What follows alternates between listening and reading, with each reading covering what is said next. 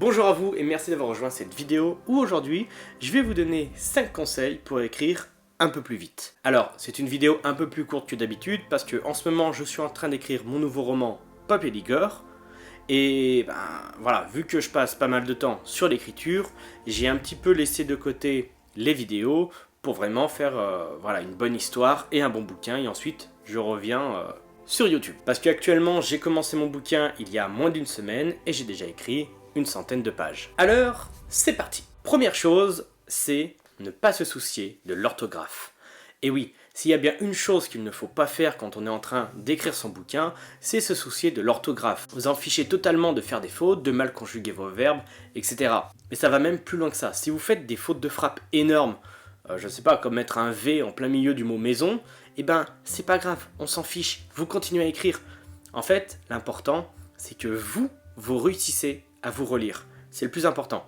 Moi, je vous dis, quand je relis mon premier texte, c'est une catastrophe. Qu'est-ce que j'écris, moi?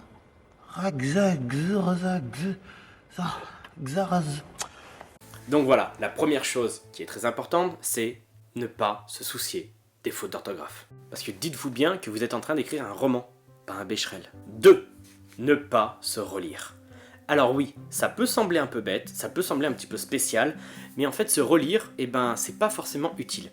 Si vous avez votre histoire en tête, enfin surtout ce que vous avez écrit précédemment, si c'est frais dans votre tête, ça sert à rien d'aller y relire. Et puis même au-delà de ça, imaginons vous venez de terminer un paragraphe, n'allez pas le relire, on s'en fiche, vous savez ce que vous venez d'écrire, allez pas revenir dessus pour modifier quoi que ce soit. Continuez votre histoire, allez-y. Avancez, faites vivre votre personnage, faites-le avancer, faites votre déroulement correctement sans vous soucier de ce que vous venez d'écrire. La réécriture, elle est là pour ça, pour relire tout ce que vous avez fait et pour y travailler tranquillement. Ça, on va y revenir après. L'important, quand on est en train d'écrire un livre, c'est la fluidité de notre histoire, le rythme qu'on va y donner. En fait, pour vous donner un exemple, imaginons que vous êtes en train d'écrire une scène de bataille. Il y a vos héros qui sont en train de se battre, ce qui est important, c'est de suivre l'écriture au rythme de la bataille. C'est-à-dire que si vous écrivez en étant dedans, comme si vous étiez en fait sur le champ de bataille, ça va vous aider à trouver des idées rapidement, à donner un rythme, à sentir la vibe qui se passe à cet instant. Parce que le problème, c'est que si vous vous arrêtez, vous relisez votre texte, vous le modifiez, vous faites une phrase qui sonne un petit peu mieux, vous essayez de placer ce mot et pas celui-ci. Ok, vous écrivez un texte qui est sympa à lire, mais en fait, vous perdez l'essence même du rythme que vous allez essayer de donner. Le but, c'est d'écrire l'instant présent. C'est comme si vous étiez en train de voir une scène qui se déroulait sous vos yeux et que vous devez décrire ce que font les personnages. Eux, ils vont avancer, ils vont pas s'arrêter, donc vous devez écrire rapidement pour pouvoir décrire tout ce qui se passe. Alors, vous allez me dire, oui mais notre histoire, on la stoppe quand on veut, on peut la mettre au ralenti, on peut zoomer sur un élément, etc. Oui, mais le problème, c'est que vous allez perdre en intensité. Imaginez, vous regardez un film, et le film, vous le regardez au ralenti. Des fois, vous faites une pause d'1 heure sur simplement le visage du personnage. Ensuite, vous reprenez. Puis ensuite, vous reculez. Vous imaginez comment vous allez perdre en rythme, et à la fin du film, en fait, vous auriez jamais eu la même sensation que si vous l'avez regardé en une fois. Pour moi, écrire une scène, c'est un petit peu pareil. C'est-à-dire que je veux écrire la scène comme elle se déroule dans ma tête. Je décris simplement ce que font les personnages, et tout le reste, la forme, en fait, j'y ferai plus tard. Alors, la relecture, ça peut être utile. Ça, je vous le cache pas, ça peut être utile, mais ça peut être utile quand on a une petite baisse de rythme dans notre histoire. On sait plus trop où on va, on a besoin de bien se remettre dedans, et là, ça peut être cool de le lire. Ce que je vous conseille si vous voulez quand même relire votre livre, c'est le lire au quart, à la moitié et aux 3/4. Voilà, ça vous fait 3 bonnes phases de lecture où vous pouvez vous réimprégner de votre histoire si celle-ci commence un petit peu à vous lâcher. Moi, c'est quelque chose qui m'est pas arrivé encore, mais là, je sens que pour le livre que je suis en train d'écrire, ça pourrait être bien que je me mette un petit peu à relire ce que j'ai écrit. Donc ça peut arriver. 3. Oubliez les détails. Alors, vous écrivez votre livre, on imagine que vous ne vous relisez pas et que vous oubliez complètement vos fautes d'orthographe. Très bien. Vous allez devoir aussi oublier les détails. Ouais, parce que même si les détails font partie vraiment du texte, en fait, vous aurez le temps de les faire plus tard. Ces détails, encore une fois, risquent de vous faire perdre votre rythme. Imaginons on a des personnages qui sont en train de parler. La conversation, pour qu'elle soit fluide, il faut qu'il y ait un réel échange. C'est-à-dire que dans la réalité, quand vous parlez avec quelqu'un, normalement c'est un ping-pong qui se passe très vite. Très vite, je me comprends, hein. C'est qu'il n'y a pas une pause d'1 minute entre chaque mot. Donc en fait, quand vous allez être en train d'écrire, pour que votre dialogue semble réel, le mieux, c'est d'écrire paf paf paf, comme ça, de laisser la chose aller sans dire répondit-il, s'interrogea-t-il, voilà. Ces choses-là, moi par exemple, je les mets rarement parce que je sais qui parle. Je sais la façon dont il le dit, c'est bon, la scène, je l'ai en tête, je l'ai vue, je l'ai mis sur mon papier, et au moment venu, là, je pourrais décrire beaucoup mieux la chose. Mais simplement, ce qu'il me faut, c'est m'imprégner de l'événement, de le marquer. Et ça marche aussi avec la description des personnages, avec la description des lieux, certains moments qui sont pas forcément utiles. Pour vous donner un exemple, quand j'ai conclu Nocturne 2, on avait un livre qui était à peu près à 530 pages. Ok. À ma relecture, je me suis mis à rajouter tous ces détails, le livre à la fin je l'ai fini à 630 pages. C'est-à-dire qu'il y a 100 pages de détails qui ont été rajoutés. Alors j'appelle ça des détails, mais voilà, ça peut être des descriptions, c'est plein de choses. Détails, c'est simplement le nom que je donne. Donc, en fait, quand vous allez poser votre histoire en supprimant les détails, vous allez avoir un livre plus court, donc plus rapide à écrire, et qui va se concentrer réellement sur votre récit. En gros, la première écriture, c'est l'histoire et le rythme. La deuxième, c'est l'ambiance, l'immersion, les détails. 4. Vivre son histoire. Alors oui, ça semble facile à dire comme ça, parce qu'on pourrait se dire que chaque auteur vit réellement son histoire, qu'il est tout le temps imprégné de l'événement, qu'il vit la chose comme s'il le vivait lui-même.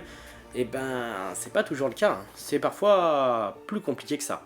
Et cette vibe de vivre l'instant comme si on y était, c'est un petit peu la perle que cherche chaque auteur. Pour vivre son histoire, comme je l'entends, il y a quelques petites choses à faire. Ça peut être par exemple écouter de la musique qui correspond avec la scène pour pouvoir se plonger encore plus à l'intérieur. Ce qu'il ne faut pas, c'est que la scène que vous écrivez vous ennuie. Et oui, si forcément elle vous ennuie à l'écrire, elle va forcément ennuyer votre lecteur qui va la lire. Donc si vous vous lancez dans l'écriture à un moment où vous n'avez pas forcément envie d'écrire et pas forcément envie d'écrire cette scène-là précise, ne l'écrivez pas. Attendez, refaites-vous la scène dans la tête, essayez de réfléchir à des éléments qui vont vous donner envie d'écrire. Et forcément, ces éléments qui vont vous donner envie d'écrire vont aussi hyper votre lecteur et lui dire ah ouais, cette scène elle est vraiment cool. Si votre scène est ennuyante à écrire, c'est peut-être qu'il vous manque certains points, certains détails importants que vous pourriez rajouter pour que cela devienne palpitant. Alors bien sûr, tous les détails de votre histoire ne doivent pas être épiques, grandioses et fantastiques. Il y a forcément des moments de répit où on se pose et où on décrit forcément une situation plutôt simple. Alors, pour moi, trouver son histoire, c'est simplement une question de vibe.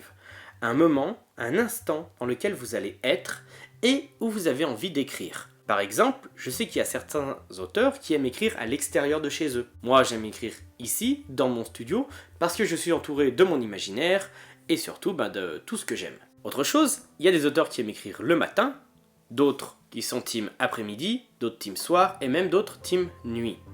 Alors, moi, j'ai souvent été la team de la nuit et maintenant, depuis peu de temps, j'aime être la team du matin.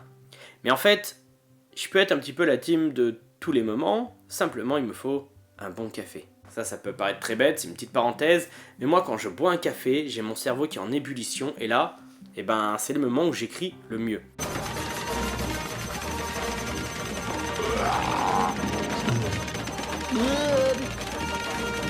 Pour vous dire à tel point que mes meilleures scènes, je les réserve pour les écrire le matin avec un café. Imaginons, je me sens encore chaud à écrire une bonne heure, sauf que là j'arrive à une scène qui est très importante, je me dis je m'arrête là. Au moins je l'écrirai demain matin et là je serai au taquet. Et c'est une bonne transition pour parler du 5e conseil. Stopper son écriture au bon moment.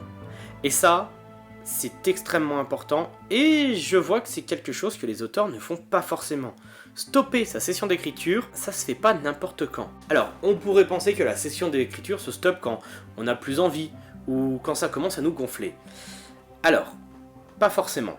Ça peut s'arrêter à la fin d'un chapitre, à la fin d'une scène, ou quand on sent que notre esprit commence à être moins créatif, bien sûr. Ça, c'est presque logique. Mais j'ai une autre technique. C'est-à-dire que j'essaye de fracturer mon roman pour commencer mes sessions d'écriture à des moments intéressants de l'histoire. Quand je dis intéressant, c'est des moments que moi, j'ai envie d'écrire. Parce que les moments qui vont être cool à écrire sont souvent des scènes que j'ai réfléchies depuis un bon moment, c'est-à-dire qu'elles sont fraîches dans ma tête, donc elles sont faciles à écrire. Ce qui est plus compliqué, ce sont ces ponts entre ces scènes faciles à écrire. Et c'est souvent dans ces moments-là que l'envie d'écriture rebaisse un petit peu. Et le problème de beaucoup d'auteurs, c'est qu'ils vont écrire leurs scènes dites faciles, et qu'ensuite, ils vont s'arrêter là. Dire, bon, là c'était cool, je viens de vivre un bon moment de scène, super, maintenant je m'arrête là, en plus c'est un peu moins intéressant ce que je vais écrire, je reprendrai demain. Oui, mais le problème, c'est que demain, vous allez devoir commencer votre session d'écriture avec une scène moins intéressante. Donc, vous aurez moins envie, parce qu'en plus, avec ce que vous venez d'écrire la veille, votre hype, elle était élevée, et là, maintenant que c'est fait, elle redescend. Mon secret, c'est de faire l'inverse. C'est que vous commencez votre session d'écriture en écrivant une scène cool. C'est-à-dire que là, tout de suite, vous avez envie d'écrire parce que vous vous êtes arrêté au moment où c'était le mieux, comme un cliffhanger à la fin d'un épisode. Vous lancez votre session d'écriture, vous écrivez votre scène qui est très cool, mais là, il vous reste encore du temps pour écrire. Et avec la hype que vous avez mis en vous, vous pouvez écrire la scène un peu moins bien.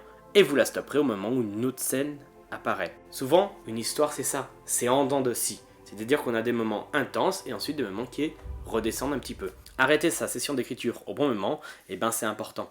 Et comme je vous disais tout à l'heure, moi je me garde des scènes pour écrire dans les moments où je suis le plus productif, c'est-à-dire le matin où je n'ai rien d'autre à faire. C'est pas grave si à la fin de la journée vous dites aujourd'hui j'ai pas écrit. Ça c'est pas très grave. Ce qui est grave, c'est de vous dire aujourd'hui j'ai pas écrit, vite là je vais essayer de me caler 10 minutes pour écrire un truc. Ouais, sauf que ces 10 minutes, en fait ils vont être moins productifs que si vous attendez le lendemain et que là vous aurez réellement par exemple 1 heure pour écrire quelque chose de puissant. Alors, quand vous n'écrivez pas, vous pouvez quand même réfléchir à la scène que vous allez écrire le lendemain. Essayez de réfléchir à des petits détails, des choses à rajouter. Plus vous allez penser à votre scène, plus elle sera réaliste. Voilà, c'est tout pour moi. Alors, je sais, c'est une petite vidéo, mais vu qu'en ce moment je suis en train d'écrire mon roman, j'ai pas trop envie de m'arrêter à faire mes montages, mes vidéos YouTube et tout ça, parce que je veux que mon bouquin soit top. Donc, je préfère mettre le temps là-dessus et après, je reviens vers vous. Petite info, je serai au Salon du Livre de Saint-Clair de la Tour le 18 et 19 novembre avec tous mes bouquins et surtout mon nouveau livre Peuple à Roalg. Si vous voulez en savoir plus sur ce livre, j'ai fait une vidéo qui parle d'un nouveau concept que j'ai lancé, c'est-à-dire que c'est un livre avec des musiques à l'intérieur que vous pouvez avoir grâce à un QR code. Donc voilà, s'il y en a qui veulent venir me voir ou surtout avoir mes bouquins, je serai à Saint-Clair de la Tour au Salon du Livre. Alors si vous le voulez, vous pouvez commenter, liker et surtout vous abonner. Merci à tous, c'était NR Sébastien et à la prochaine. Ciao.